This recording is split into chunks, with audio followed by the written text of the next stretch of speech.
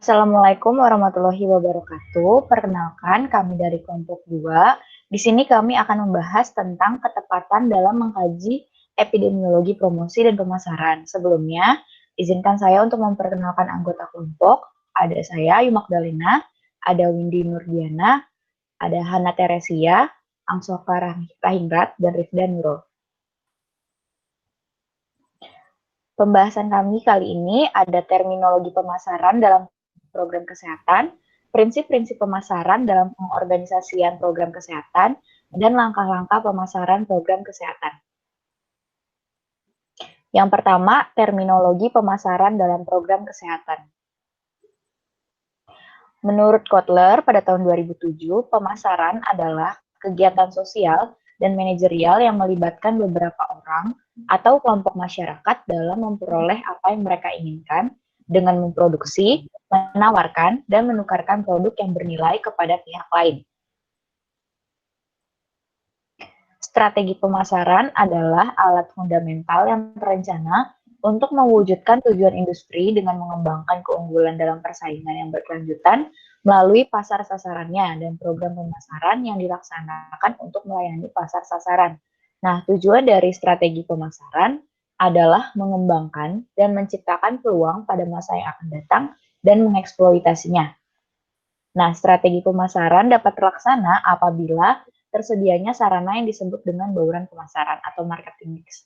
Nah, marketing mix adalah inti dari strategi pemasaran perusahaan, di mana unsur-unsur pemasaran yang saling terkait dibaurkan, diorganisir, dan digunakan dengan tepat, sehingga tujuan perusahaan dapat dicapai secara efektif dalam mewujudkan kebutuhan dan keinginan konsumen. Nah, menurut Kotler, pada tahun 2011, bauran pemasaran adalah salah satu sarana pemasaran yang dimanfaatkan oleh perusahaan secara simultan untuk mewujudkan tujuan di pasar sasaran. Nah, strategi bauran pemasaran adalah penggabungan dari beberapa faktor penting yang ada dalam pasar sasaran. Nah, faktor penting tersebut terdiri atas produk, price atau harga, promosi, tempat, orang, proses, dan fasilitas fisik.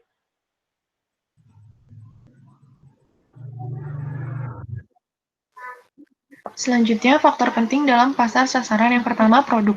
Produk jasa pelayanan kesehatan adalah objek pemasaran di fasilitas pelayanan kesehatan.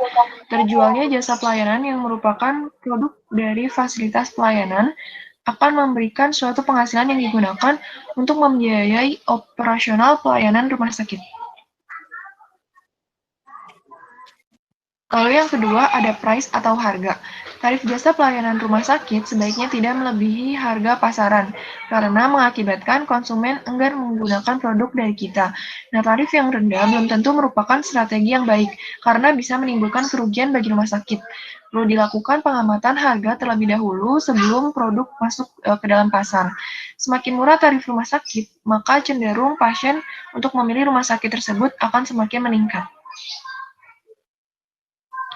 Selanjutnya ada promotion atau promosi. Strategi promosi ialah kegiatan yang direncanakan dengan maksud membujuk, merangsang, serta mengingatkan konsumen tentang produk atau jasa yang dijual agar mau membeli produk perusahaan sehingga tujuan untuk meningkatkan penjualan diharapkan dapat tercapai. Selanjutnya ada people atau orang. Petugas yang memberikan pelayanan kesehatan adalah elemen yang sangat penting dari bauran pemasaran jasa pelayanan kesehatan rumah sakit. Petugas yang memberikan pelayanan kesehatan adalah petugas yang mempunyai kinerja yang baik, bermutu, profesional, dan mempunyai komitmen yang tinggi. Selanjutnya ada proses. Proses difokuskan pada proses manajemen pelayanan kesehatan. Keputusan yang diambil dalam proses manajemen akan menentukan keberhasilan dari marketing. Proses harus diperhatikan agar tiap-tiap bagian dapat bekerja sesuai dengan SOP. Dan selanjutnya ada physical facility atau fasilitas fisik. Nah, fasilitas pelayanan untuk konsumen sangat perlu diperhatikan karena kualitas pelayanan seringkali dilihat pelanggan pada bukti fisik atau fasilitas pelayanan yang diberikan. Lingkungan fasilitas pelayanan membantu membentuk perasaan pelanggan dengan petugas pelayanan. Semakin baik fasilitas pelayanan yang disediakan, maka semakin meningkat pula tingkat kenyamanan yang dirasakan oleh konsumen. Selanjutnya yang akan dibahas itu adalah prinsip-prinsip pemasaran dalam pengorganisasian program kesehatan. Yang pertama ada membangun hubungan pelanggan. Konsep pemasaran berwawasan sosial atau social marketing konsep menyatakan bahwa strategi pemasaran harus dapat memberikan nilai bagi pelanggan dalam cara yang mempertahankan atau meningkatkan kesejahteraan konsumen dan masyarakat. 3 pertimbangan yang mendasari konsep tersebut ada masyarakat atau kesejahteraan manusia, lalu ada konsumen sebagai pemuas keinginan, dan ada perusahaan. Nah, perusahaan atau organisasi harus menyeimbangkan 3 pertimbangan dalam menetapkan strategi pemasaran. 3 langkah pertama dalam proses pemasaran ini ada yang pertama, memahami pasar dan kebutuhan masyarakat, merancang strategi pemasaran yang digerakkan masyarakat, lalu membangun program pemasaran. Ketiga langkah tersebut mengarah pada langkah yang keempat, yaitu membangun hubungan pelanggan yang menguntungkan. Manajemen hubungan pelanggan atau Customer Relationship Management adalah keseluruhan proses membangun dan memelihara hubungan pelanggan yang menguntungkan dengan menghantarkan nilai dan kepuasan pelanggan yang unggul. Lalu yang kedua itu ada bauran pemasaran. Program pemasaran membangun hubungan pelanggan dengan mentransformasikan strategi pemasaran ke dalam tindakan. Program pemasaran terdiri dari bauran pemasaran, yaitu kumpulan sarana pemasaran yang digunakan perusahaan untuk mengimplementasikan strategi pemasarannya. Sarana bauran pemasaran itu ada 4. Yang pertama ada produk, price, place, dan promotion. Nah, produk atau komoditas atau gagasan atau perilaku kesehatan yang harus dibatasi dalam lingkup kepercayaan, kebiasaan, dan tata nilai penggunaannya. Lalu ada price. Price itu dapat berbentuk uang, kesempatan, status, atau waktu dari konsumen. Harga produk ini tidak pasti, selalu bervariasi bagi tiap segmen sasaran, dan seringkali berbeda bagi tiap individu. Lalu ada promotion atau promosi, berkaitan dengan pendidikan dan latar belakang konsumen agar bisa menggunakan produk tersebut secara tepat. Lalu ada place atau tempat, pertimbangan bagaimana penyampaian jasa kepada pelanggan dan di mana itu akan berlangsung. Tempat juga penting sebagai lingkungan di mana dan bagaimana jasa akan diserahkan, bagian dari nilai dan manfaat dari jasa. Untuk mencapai sasaran yang telah disebutkan sebelumnya, perusahaan harus menciptakan penawaran pasar atau produk yang memuaskan kebutuhan, kemudian memutuskan biayanya, dan bagaimana membuat penawaran itu tersedia bagi konsumen, dan akhirnya perusahaan harus berkomunikasi dengan pelanggan sasaran tentang menawarkan dan membujuk mereka dengan jasa yang ditawarkan atau promosi. Perusahaan harus memadukan semua sarana bauran pemasaran ini ke dalam program pemasaran terintegrasi yang komprehensif, yang mengomunikasikan dan mengantarkan nilai yang diharapkan untuk pelanggan terpilih.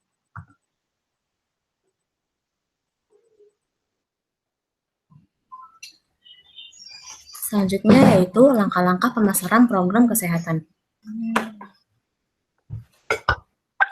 Langkah yang pertama yaitu perencanaan.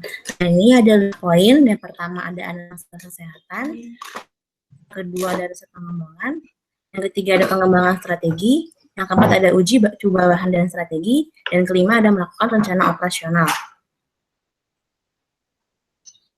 Yang pertama yaitu analisis masalah kesehatan. Terbagi menjadi 2 yaitu analisis epidemiologi. Melakukan rencana dengan melakukan analisis epidemiologi terkait masalah kesehatan yang akan dianalisis. Dalam analisis epidemiologi, kita mengumpulkan dan menganalisis informasi mengenai etiologis dan prevalensi suatu masalah kesehatan. Yang kedua yaitu analisis perilaku. Perencanaan harus berdasarkan pada analisis menyeluruh atau sisi perilaku masalah kesehatan yang hendak ditanggulangi. Selanjutnya, tersusunlah profil kinerja perilaku yang dianjurkan. Mencatat semua perilaku berdasarkan urutan yang seharusnya dan akibatnya masing-masing. Yang kedua yaitu riset pengembangan. Suatu ide atau gagasan yang lolos penyaringan selanjutnya dikembangkan menjadi beberapa alternatif dalam penyelesaian suatu masalah kesehatan. Yang ketiga yaitu pengembangan strategi. Prinsip pemasaran dijadikan pegangan dalam pengembangan serangkaian strategi program secara menyeluruh dan saling berkaitan untuk mencapai tujuan program yang telah ditetapkannya. Yang keempat yaitu uji coba bahan dan strategi. Dalam melakukan uji coba, kita menguji bahan dan strategi yang akan digunakan sebagai alternatif penyelesaian masalah. Dengan melakukan uji coba ini, strategi dapat lebih disempurnakan dan hasilnya akan lebih optimal. Dan terakhir, yaitu melakukan rencana operasional. Rencana operasional adalah otot pengelolaan yang merupakan upaya kelompok kerja untuk memperbaiki, mengkoordinasikan, dan membuat kerangka unsur-unsur rencana yang membentuk kesempatan dan rasa memiliki bersama atas program yang akan dilaksanakan. Selanjutnya itu tahap pelaksanaan. Di sini dibagi menjadi 3. Yang pertama produksi, yang kedua pelatihan, dan yang ketiga itu distribusi. Yang pertama produksi. Program kesehatan yang sudah direncanakan pada tahap sebelumnya dikembangkan lebih dalam berdasarkan rencana operasional. Terdapat 3 komponen penting yang harus diperhatikan pada tahap ini. Yang pertama, input. Merupakan bahan yang digunakan untuk memproduksi suatu program kesehatan. Sumber daya yang dibutuhkan dapat beragam sesuai dengan kegiatan yang ingin dibuat. Yang kedua, proses, yaitu pengolahan bahan menjadi program kesehatan. Dan yang ketiga, output. Dapat berupa produk atau manfaat yang dirasakan oleh sasaran program kesehatan. Efisiensi tercipta jika input sekecil-kecilnya dapat menghasilkan output yang sebesar-besarnya. Namun, kualitas dari input juga berpengaruh penting dalam proses output dan output yang dihasilkan. Selanjutnya itu pelatihan. Sumber daya manusia kesehatan perlu dilatih sebelum menjalankan suatu program kesehatan. Dari pelatihan pada sekelompok kecil SDM kesehatan ini dapat dilihat output temporal dan berbagai kemungkinan yang dapat menjadi faktor pendukung maupun faktor penghambat, sehingga dapat dicegah sebelum program kesehatan tersebut didistribusikan secara luas. Dan yang ketiga yaitu distribusi. Program kesehatan yang sudah memenuhi kriteria ideal dapat disebarluaskan kepada sasaran melalui media yang telah disiapkan dengan beberapa pertimbangan, seperti pertimbangan pasar, kualitas produk, dan perantara. Dan tahap terakhir yaitu monitoring dan evaluasi.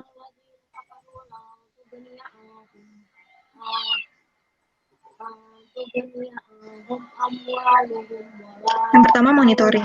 Merupakan aktivitas yang dilakukan untuk melihat, memantau jalannya program kesehatan selama kegiatan berlangsung, dan menilai ketercapaian tujuan, melihat faktor pendukung dan penghambat pelaksanaan program. Dalam monitoring ini dikumpulkan data dan dianalisis.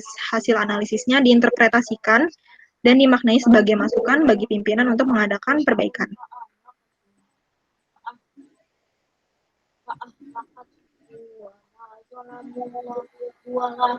Selanjutnya itu evaluasi. Merupakan proses untuk mengidentifikasi masalah, mengumpulkan data dan menganalisis data, menyimpulkan hasil yang telah dicapai, menginterpretasikannya menjadi rumusan kebijakan, dan menyajikan berupa informasi atau rekomendasi untuk membuat keputusan berdasarkan pada aspek kebenaran hasil evaluasi.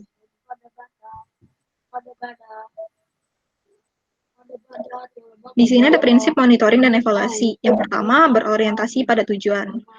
MONEF hendaknya dilaksanakan mengacu pada tujuan yang ingin dicapai. Hasil MONEF dipergunakan sebagai bahan untuk perbaikan atau peningkatan program pada evaluasi formatif dan membuat justifikasi dan akuntabilitas pada evaluasi sumatif. Yang kedua yaitu mengacu pada kriteria keberhasilan. MONEF seharusnya dilaksanakan mengacu pada kriteria keberhasilan program yang telah ditetapkan sebelumnya. Penentuan kriteria keberhasilan dilakukan bersama antara para evaluator, para sponsor, pelaksanaan program, para pemakai atau konsumen, dan lembaga terkait. Prinsip yang ketiga yaitu mengacu pada asas manfaat. MONEF sudah seharusnya dilaksanakan dengan manfaat yang jelas. Manfaat tersebut adalah berupa saran, masukan, atau rekomendasi untuk perbaikan program-program yang di MONEF atau program sejenis di masa mendatang. Yang keempat yaitu dilakukan secara objektif. MONEF harus dilaksanakan secara objektif. Petugas MONEF dari pihak eksternal seharusnya bersifat independen, yaitu bebas dari pengaruh pihak pelaksana program. Pengaruh MONEF internal juga harus petugas MONEF internal juga harus bertindak objektif, yaitu melaporkan temuannya cara apa adanya.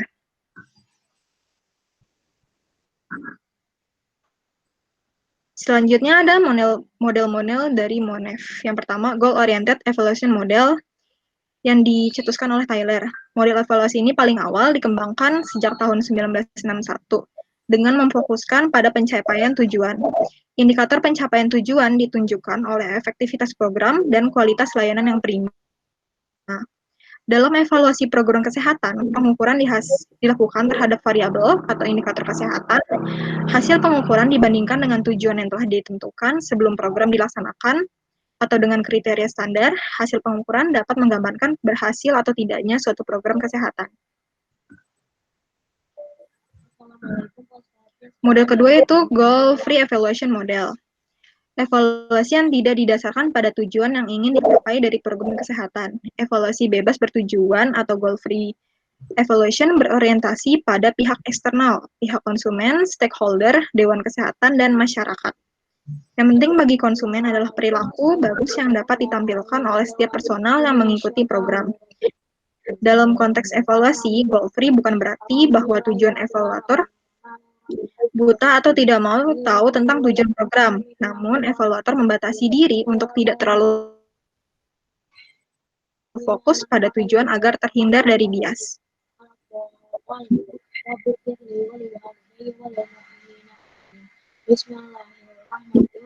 Model yang ketiga itu formative summative evaluation. Dibagi menjadi dua. Yang pertama, evaluasi formatif, bersifat internal, berfungsi untuk meningkatkan kinerja lembaga, mengembangkan program atau personal, bertujuan untuk mengetahui perkembangan program yang sedang berjalan. Jadi dilakukan beriringan dengan kegiatan. Yang kedua yaitu evaluasi sumatif, dilakukan di akhir program. Tujuannya untuk mengetahui keberhasilan program yang telah dilaksanakan, kan pertanggungjawaban atas tugas-tugasnya, memberikan rekomendasi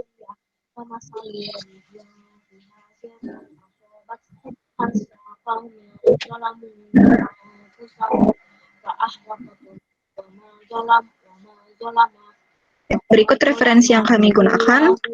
Kurang lebihnya mohon maaf. Terima kasih. Wassalamualaikum warahmatullahi wabarakatuh.